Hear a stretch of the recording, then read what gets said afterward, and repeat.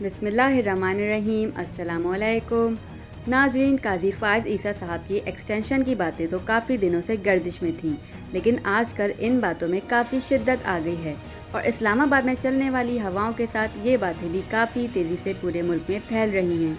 और इन्हीं सारे हालात पर इमरान रियाज़ ने अपने वीलॉग में काफ़ी डिटेल में बात की है।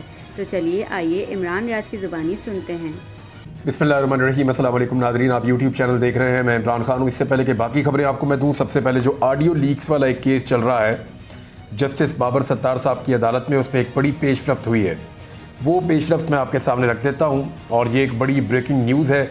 साकिब बशीर साहब ने इसको जो है वो ब्रेक किया है और उन्होंने एक्स के ऊपर ये खबर पोस्ट की। और ख़बर कुछ ऐसे है कि ऑडियो लीक केस में बहुत बड़ी पेशरफ्त है। इस्लामाबाद हाई कोर्ट ने एतराज़ की दरखास्तें दायर करने पर DGIB, DGFIA और चेयरमैन PTA को तौहीन अदालत के मामले में इब्तदाई नोटिस जारी करके हुक्म दिया है कि हमें मुतमईन करें, क्यों ना तीनों इदारों के सरबराहान के खिलाफ तौहीन अदालत की कार्रवाई शुरू की जाए। यानी ये मजाक तो नहीं है ना कि उठ के FIA भी और IB भी और PTA भी, ये तीनों महकमों ने एक साथ हादसाती तौर पे फैसला किया और तीनों महकमों ने एक ही नौइयत की दरखास्तें एतराज़ लगा के हाई कोर्ट में एक ही वक्त में डाल दी। यानी ये अब कोई मजाक तो नहीं है ना, ऐसा अचानक तो नहीं हो सकता। इतने इत्तफाकात तो पाकिस्तान में नहीं हो सकते कि 3-4 महकमे एक साथ उठ के एक ही नौइयत की दरखास्त तैयार करें और एक ही वक्त में एक ही अदालत में एक ही जज के सामने लगा दें कि जनाब हमें आपको एक ही नौइयत के एतराज़ात हैं आपके ऊपर। तो वो जज साहब को नज़र आ रहा है और अब ऐसा लगता है कि अदलिया ने फैसला किया है कि इन चीज़ों को अब टैकल करेंगे कानूनी तरीके से। तो अदालत ने जो है वो ये सवाल पूछा कि क्यों ना तीनों इदारों के सरबराहान के खिलाफ तौहीन अदालत की कार्रवाई शुरू की जाए। अब ये इस तरह की चीज़ें पाकिस्तान की तारीख में अदलिया ने और हाई कोर्ट्स ने तो बहुत ही कम की हैं और ऐसे हालात भी बहुत कम पैदा हुए हैं। यानी जितना ज़्यादा निज़ाम ने अपने आप को एक्सपोज किया, उतना ज़्यादा अदालतों के पास मौका होता है कि वो निज़ाम को लगाम डालें। अदालत ने दरखास्तें एक इकट्ठी मुहिम का हिस्सा और बदनीयती पर मबनी करार देते हुए 42 सफ़हात के फैसले में करार दिया है कि पैमरा, PTA, IB, FIA के जिन अफसरान ने दरखास्तें दायर करने की पर्सनल हैसियत में वो अपनी पर्सनल हैसियत में 5-5 लाख रुपए जुर्माना रजिस्ट्रार के पास जमा करवाएं। ये पैसे कहाँ जमा करने हैं, अदालत मरकजी केस के हतमी फैसले में तय करेगी। यानी अभी अपनी पर्सनल हैसियत में जिन्होंने ये बोंगी मारी है या जिनसे ये गलत काम लिया गया है, उनको अब 5-5 लाख रुपए जमा करवाने पड़ेंगे, जुर्माना भी देना पड़ेगा और इदारों के जो सरबराहान हैं उनको ये सवाल भी पूछा है कि क्यों ना आप पे तौहीन अदालत लगाई जाए। अब चीफ जस्टिस ऑफ पाकिस्तान के हवाले से खबरें आ रही हैं, मैं आपके सामने डायरेक्टली रख देता हूँ। इमरान खान साहब ने जो बात की उस पर एक पम्फलेट जारी किया है पाकिस्तान तहरीक इंसाफ ने और वो ये कह रहे हैं क्लैरिटी के साथ कि काजी फ़ाइज़ ईसा ने बयान दिया कि मेरे ऊपर कोई दबाव नहीं है, दबाव उस पर आता है जो गलत काम करने से इनकार करता है। आप तो तहरीक इंसाफ के खिलाफ B टीम बने हुए हैं। अब वो कौन कौन से काम हैं जो इमरान खान साहब ने बताए थे वो भी सामने आ गए हैं। आपने तहरीक इंसाफ से बल्ले का इंतखाबी निशान छीना, तहरीक इंसाफ को लेवल प्लेइंग फील्ड फराहम नहीं की। फिर एक मामला जो है वो आरोज वाला भी है, चले वो इसी में शामिल हो जाता है। 9 मई वाक़यात की आड़ में हमारे बुनियादी इंसानी हुकूक पामाल किए, जिस पर हमारी पटिशन 25 मई 2023 से ज़ेरे इल्तवा है, जो आज तक समाअत के लिए मुकर्रर नहीं की गई। अब ये काजी फ़ाइज़ ईसा साहब ने बल्ले वाला निशान जो है वो वाला केस तो 11 को आया जनवरी को और 13 को फैसला भी हो गया। अब ये 9 मई का जो बड़ा अहम तरीन एक केस है पाकिस्तान में, वो पटिशन पाकिस्तान तहरीक इंसाफ ने 25 मई 2023, 1 साल होने वाला है, 11 महीने से ज़्यादा हो गए हैं उन्होंने ये डाली हुई है पटिशन और वो आज तक समाअत के लिए मुकर्रर ही नहीं की गई सुप्रीम कोर्ट में।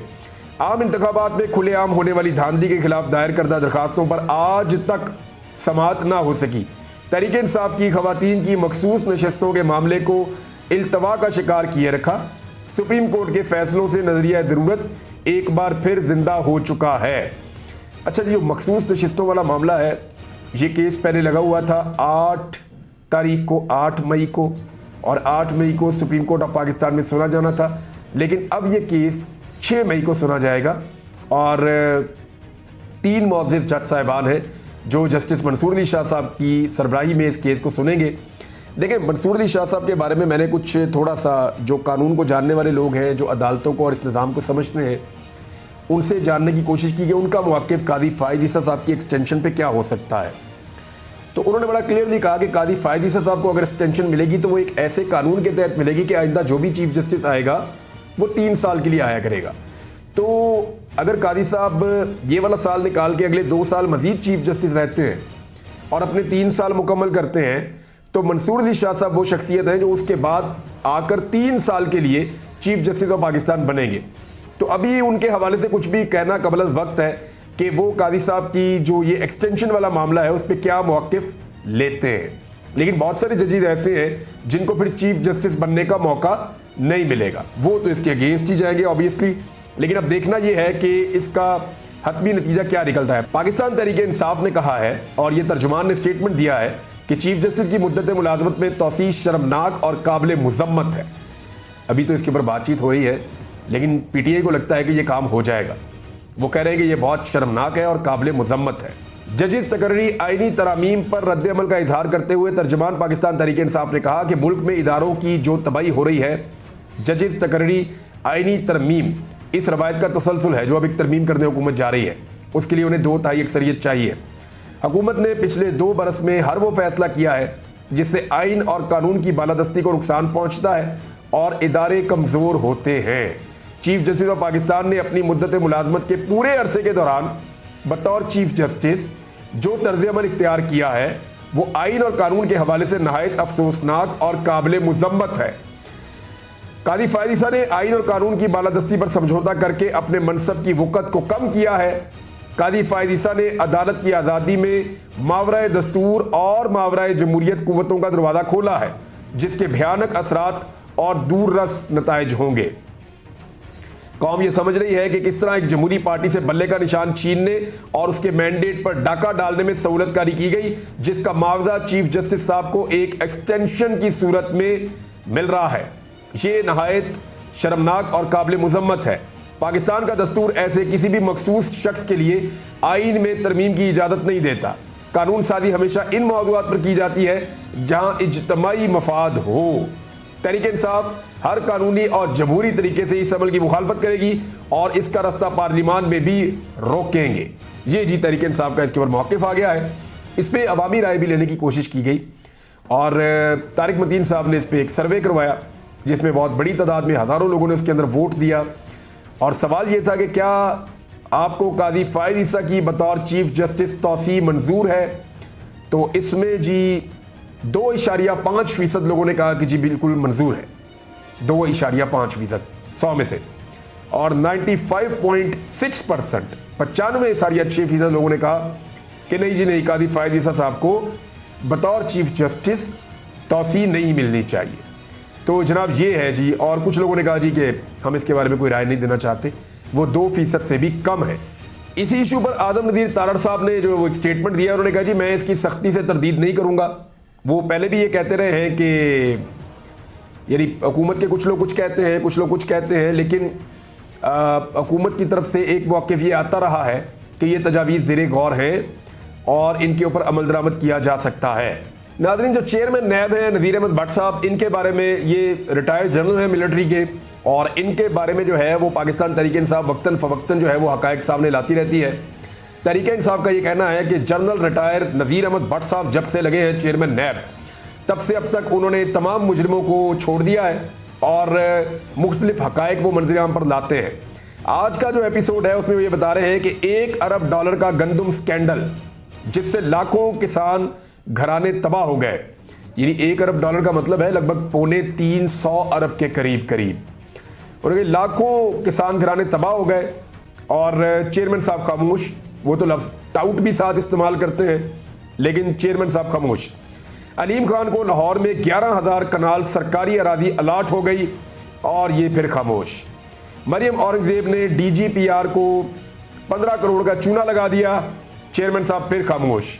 और इमरान खान और बुशरा बीवी के खिलाफ एस्टेब्लिशमेंट की ईमा पर एक ही इल्ज़ाम पर चौथा मुकदमा दर्ज कर लिया गया और इसके ऊपर जो है वो 5वें गेयर के अंदर गाड़ी चला रहे हैं जनाब मोहतरम नज़ीर अहमद भट्ट साहब, ये पाकिस्तान तहरीक इंसाफ जो है वो शिकवा करती रहती है।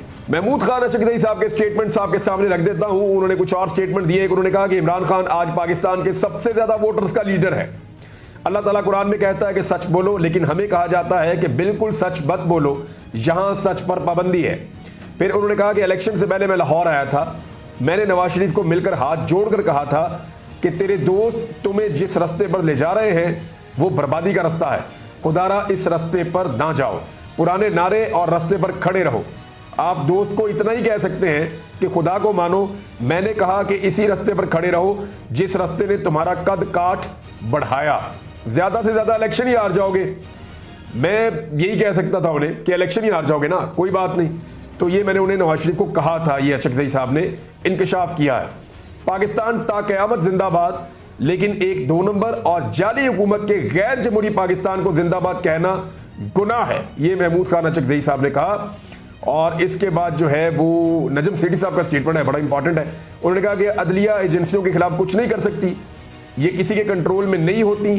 पहले वो सीधे जजेस के चैम्बर में आते थे, फिर फोन करके कहते थे कि ये करो वो करो, आज थोड़े पीछे हट जाएंगे, कल को फिर शुरू हो जाएंगे।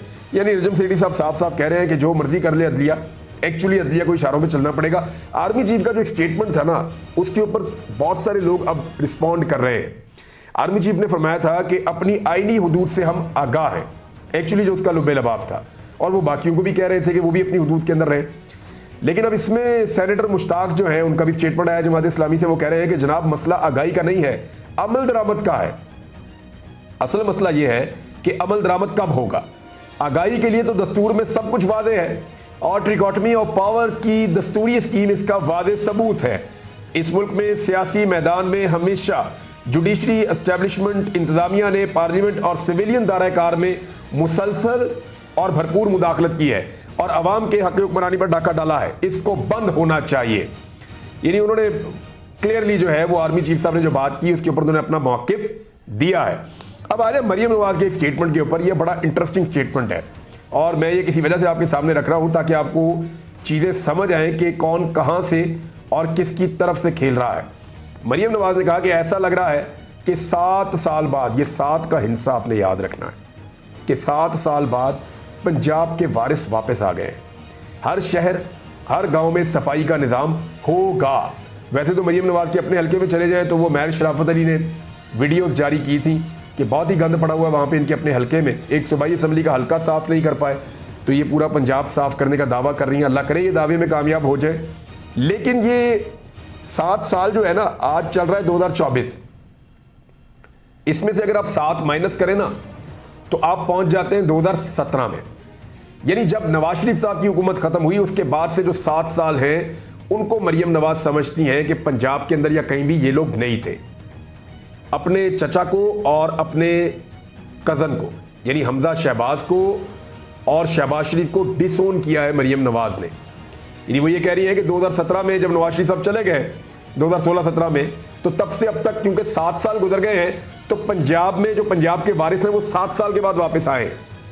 अगर वो शहबाज शरीफ को अपने इक़्तिदार का हिस्सा समझते या वो ये समझते कि वो पंजाब के वारिस हैं शहबाज शरीफ भी, तो वो ये कहती हैं कि 6 साल, या वो ये कहती हैं कि हमजा शहबाज बीच में आया चंद महीनों के लिए तो उसको भी शामिल कर देते। लेकिन मरियम नवाज को सिर्फ ये नजर आ रहा है कि वो और उनके वालिद वही पंजाब के वारिस हैं, वो डिसोन कर रही हैं शहबाज शरीफ को और हमजा शहबाज को। तो इस सियासत को आप जरा समझिए कि इनके अंदर क्या चल रहा है। नाज़रीन, एक और बड़ी खबर है और बड़ी खबर यह है कि पाकिस्तान पीपल्स पार्टी जो है वो हुकूमत का हिस्सा बनने जा रही है। वो कैसे हुकूमत का हिस्सा बनेगी ये मैं आपको बता देता हूं, और क्यों उनको बनना पड़ेगा ये भी आपको बता देता हूं, और वो क्यों अब मान रहे हैं रफ्ता रफ्ता। उन्होंने हर जगह पे अपने बंदे बैठा लिए।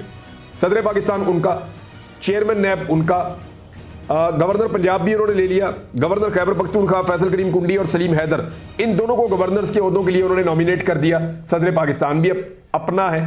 तो जितने भी आईनी बड़े ओहदे हैं वो सारे काबू कर लिए पाकिस्तान पीपल्स पार्टी ने। सारे ओहदे लेने के बाद अब उनके ऊपर दबाव डाला जा रहा है कि जनाब आइए और वफाकी हुकूमत का हिस्सा बनिए।